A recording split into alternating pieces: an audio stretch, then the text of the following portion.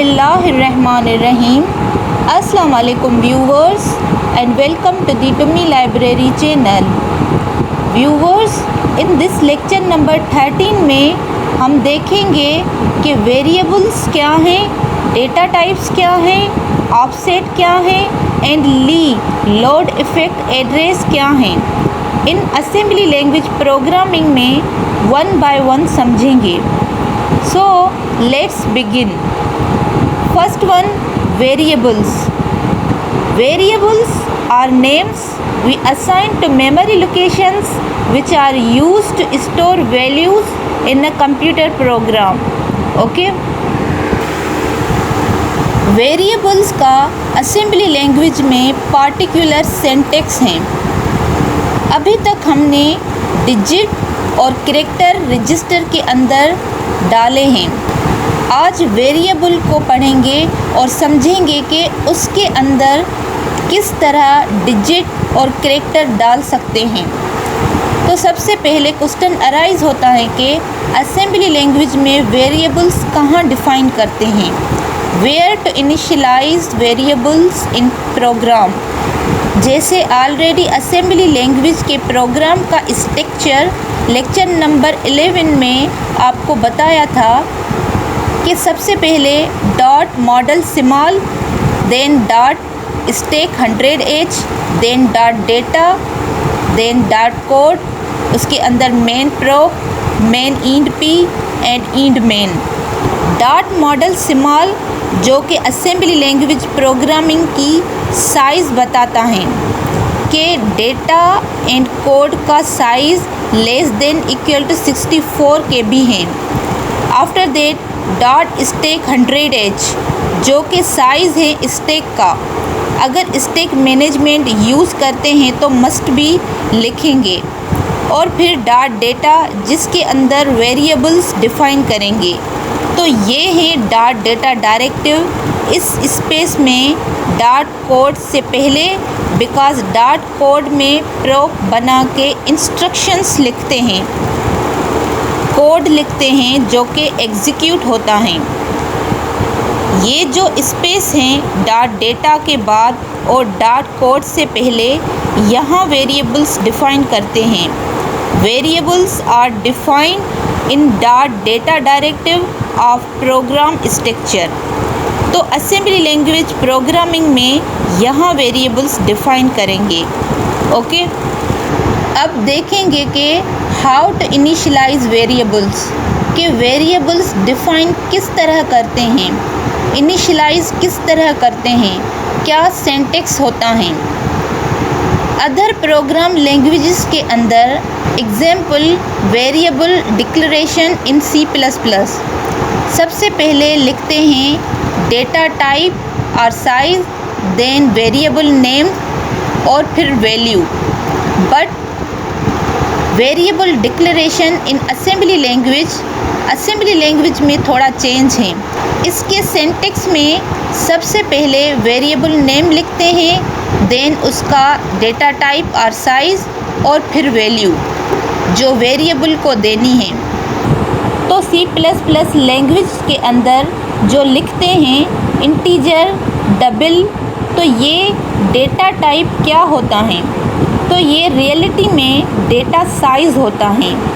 ये साइज़ बताता है कि वैल्यू का साइज़ क्या है, 2 बाइट, 1 बाइट, 4 बाइट, 8 बाइट या 10 बाइट के कितना है.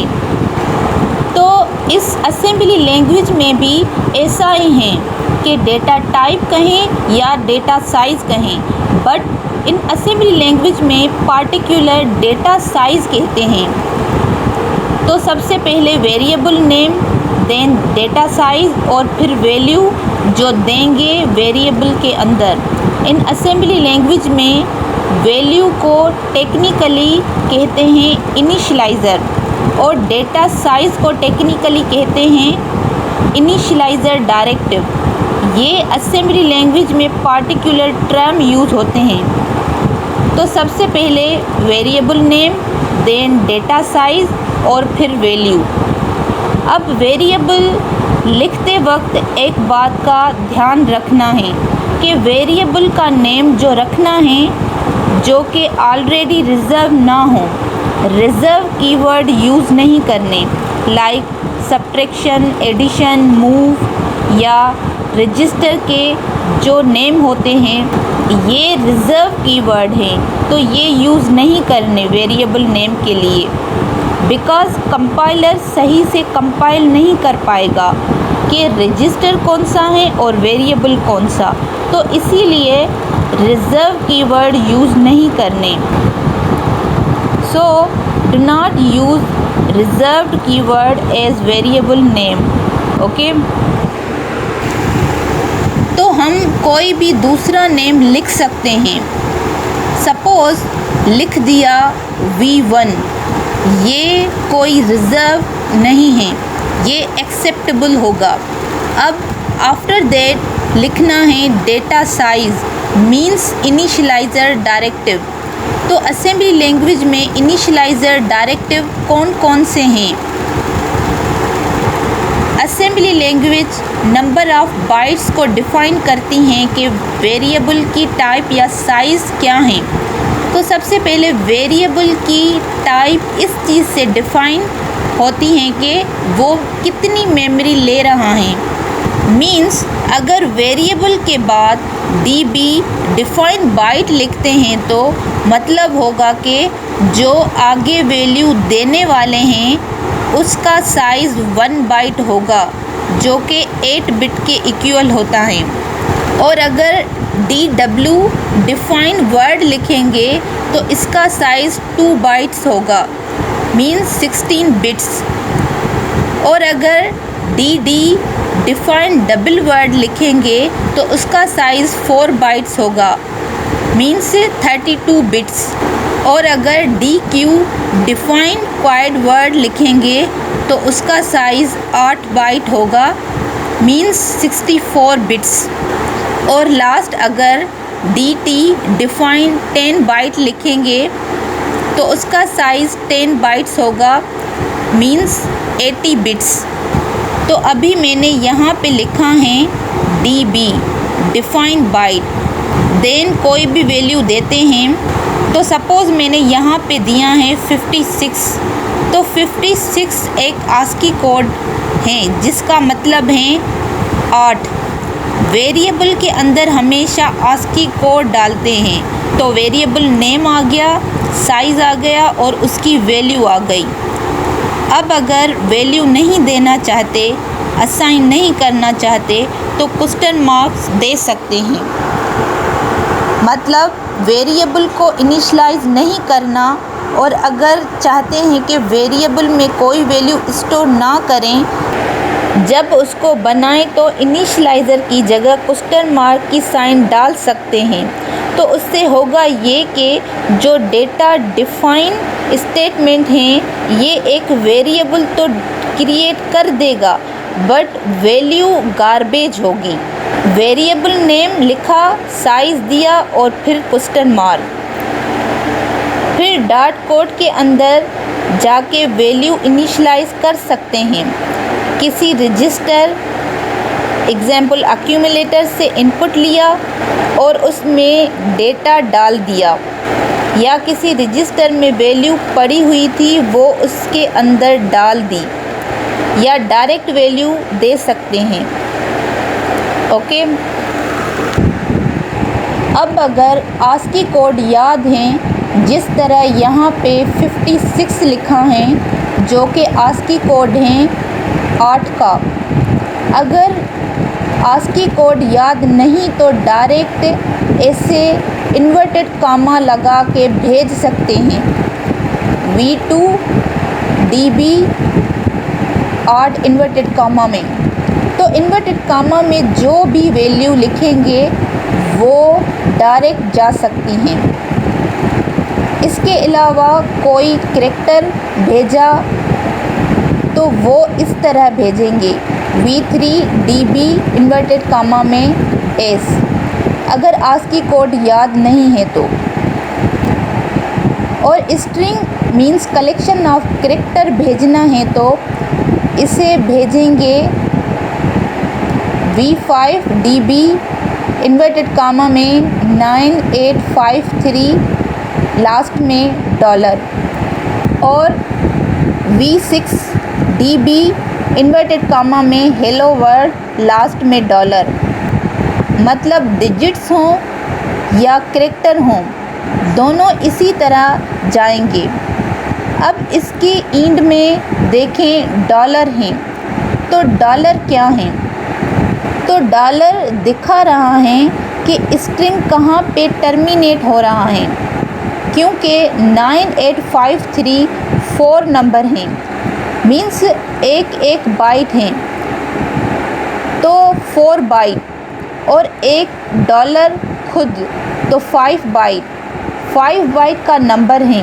अब रैम के अंदर पहले 9 जाएगा, फिर 8 जाएगा, फिर 5 और फिर 3 और लास्ट में डॉलर। तो पता चल जाएगा कि कहाँ तक प्रिंट करना है। अगर डॉलर ना हो तो पता कैसे चलें कि स्ट्रिंग कहाँ पे जाके ख़त्म हो रहा है। तो इसीलिए स्ट्रिंग में ज़रूरी हैं ये terminator, and point of string, and dollar must be used in end of the string. तो वेरिएबल्स इस तरह डिफ़ाइन करते हैं। अब प्रोग्राम में बना के देखते हैं कि किस तरह यूज़ करेंगे, किस तरह एक्सेस करते हैं। ओके, प्रोग्राम में बनाने से पहले ज़रूरी है कि सबसे पहले प्रोग्राम स्ट्रक्चर बनाते हैं। तो ये मैंने ऑलरेडी बना दिया है। तो स्ट्रक्चर में सबसे पहले dot model small dot stack 100h dot data, उसके अंदर variables, dot code, main int main, इसके अंदर इंस्ट्रक्शंस होंगी। तो डॉट डेटा के अंदर वेरिएबल्स डिफ़ाइन करते हैं और डॉट कोड में एग्जीक्यूटेबल इंस्ट्रक्शंस लिखते हैं।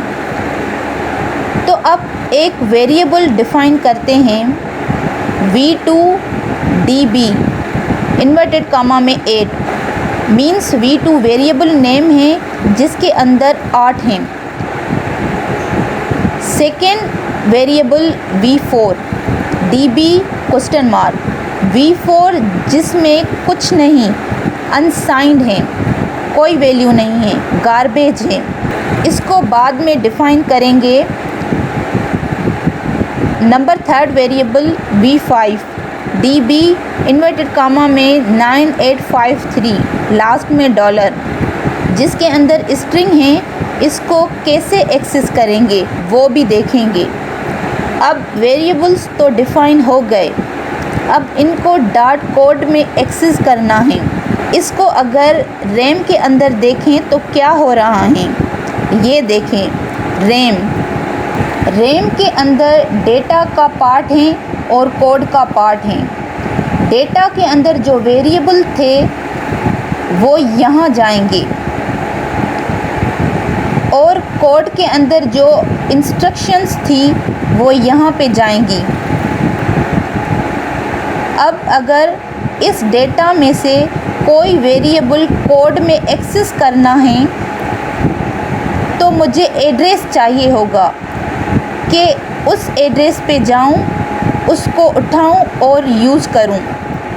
तो सबसे पहले इन वेरिएबल का एड्रेस कोड में लाना पड़ेगा।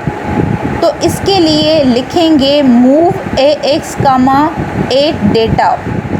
8 data name of data directive हैं जो कि एड्रेस जाएगा एक्यूमुलेटर रजिस्टर के अंदर, बिकॉज एक्यूमुलेटर रजिस्टर ही एज अ इनपुट और आउटपुट काम करता है। इन दो फंक्शन के लिए एक्यूमुलेटर काम आता है। अब डेटा से एड्रेस लेके कोड में आना है, तो लिख दिया मूव AX, 8 डेटा। इसने क्या किया, it moves the memory location of 8 data into the AX register, 16 bit register. अब डेटा का एड्रेस है, तो अगर मुझे V5 वेरिएबल एक्सेस करना है तो पहले जाना पड़ेगा 1 by 1, V2, फिर V4 और फिर V5 पे। बट ये सही नहीं है। V5 को डायरेक्ट एक्सेस करना है, या वेरिएबल को डायरेक्ट एक्सेस कैसे करें? तो इसके लिए हीप मेमोरी होती हैं। हीप मेमोरी वो मेमोरी होती हैं जिसमें कोई भी वेरिएबल, कोई भी डेटा डायरेक्ट कहीं से भी उठा सकते हैं। इसमें कोई रूल नहीं होता, बस कहीं से भी रेंडम उठा सकते हैं। फास्ट मेमोरी होती हैं। तो इसके लिए लिखेंगे मूव ds, ax। इसका फंक्शन है moves data address to ds so that data segment gets initialized as heap memory to access variables fast। तो ये जो दो इंस्ट्रक्शन हैं ये मस्ट भी लिखी जाती हैं बिकॉज इन वेरिएबल को एक्सेस कर सकें।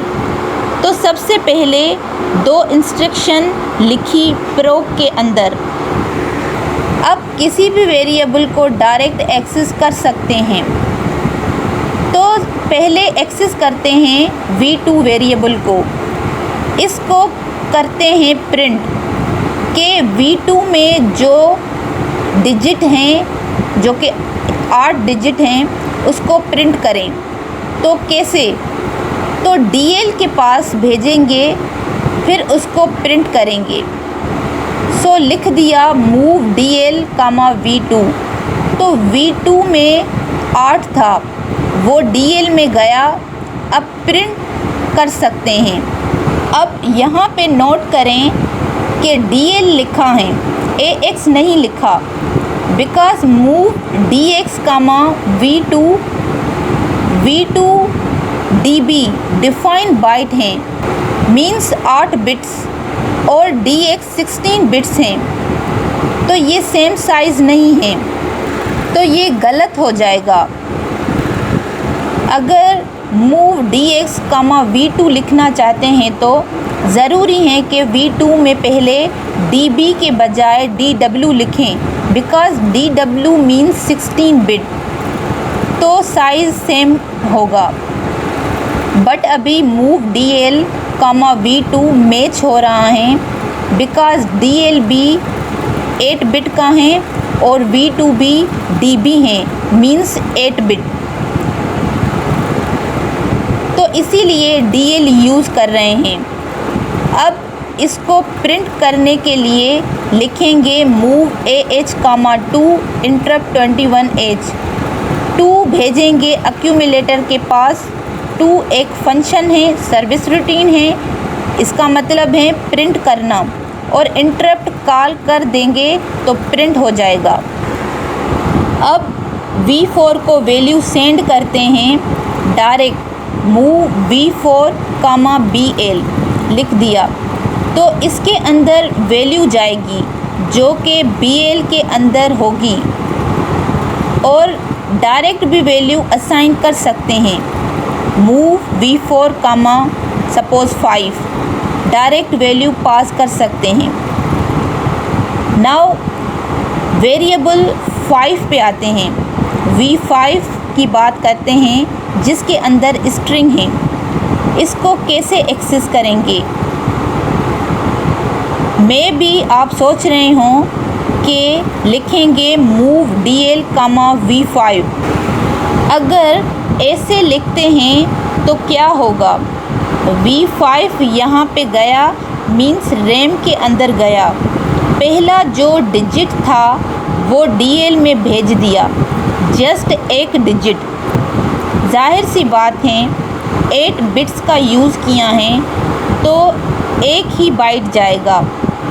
तो ये instruction just first character from string भेजेगी, जो कि काम की नहीं है, नॉट फॉर स्ट्रिंग, ये यूज़ नहीं करेंगे। ओके, तो क्या यूज़ करेंगे? इसको कैसे एक्सेस करेंगे? इसको कैसे प्रिंट करेंगे V5 वेरिएबल को, जो कि स्ट्रिंग है? तो उसके लिए यूज़ करेंगे ऑफसेट। इस तरह मूव DX, ऑफसेट V5। तो V5 से पहले लिख दिया ऑफसेट। अब ऑफसेट एड्रेस देगा, स्टार्टिंग एड्रेस V5 का, फिर नेक्स्ट डिजिट पे आएगा, फिर नेक्स्ट डिजिट पे आएगा जब तक स्ट्रिंग एंड ना हो। तो इसी तरह 1 बाय 1 डिजिट पे जा सकते हैं। और ऑफसेट जो एड्रेस आता है वो 16 बिट्स का होता है, तो इसलिए यहाँ पे लिखा है DX, बिकॉज 16 बिट का एड्रेस जा सके, इसीलिए DL नहीं लिखा। इस इंस्ट्रक्शन का फंक्शन है hold the beginning address of variable as 16 bits. अब इसको प्रिंट कर सकते हैं सर्विस रूटीन 9 से, और इस इंस्ट्रक्शन को दूसरे तरीके से भी लिख सकते हैं, ऐसे LEA DX, V5। अगर ऑफसेट यूज़ नहीं करना चाहते तो सेकेंड वे है कि डायरेक्ट LEA लिख सकते हैं। ये लोड इफ़ेक्ट एड्रेस हैं। इसका फंक्शन है कि it is an indirect instruction used as a pointer in which first variable points the address of second variable। अब देखें, नोट करें ऑफसेट ने क्या किया। ऑफसेट लिखा और एड्रेस DX में गया। अब यहाँ पे LEA में क्या हो रहा है, पहला वेरिएबल दूसरे वेरिएबल के एड्रेस को पॉइंट कर रहा है, तो बात दोनों में सेम है, दोनों एक्सेप्टेबल हैं, कोई सा भी वे यूज़ कर सकते हैं, दोनों वे से स्ट्रिंग एक्सेस होगा। अब इसको प्रिंट करना होगा तो लिखेंगे move AH, 9 interrupt 21H। 9 service routine है स्ट्रिंग प्रिंट करने के लिए, तो इससे स्ट्रिंग प्रिंट होगा। लास्ट में एक और इंस्ट्रक्शन लिखेंगे जो कि एग्ज़िट होगी, move AH, 4CH interrupt 21H।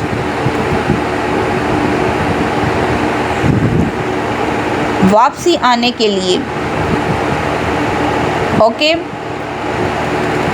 so that's all viewers. Please share, support and subscribe to my channel for more updates. Thank you.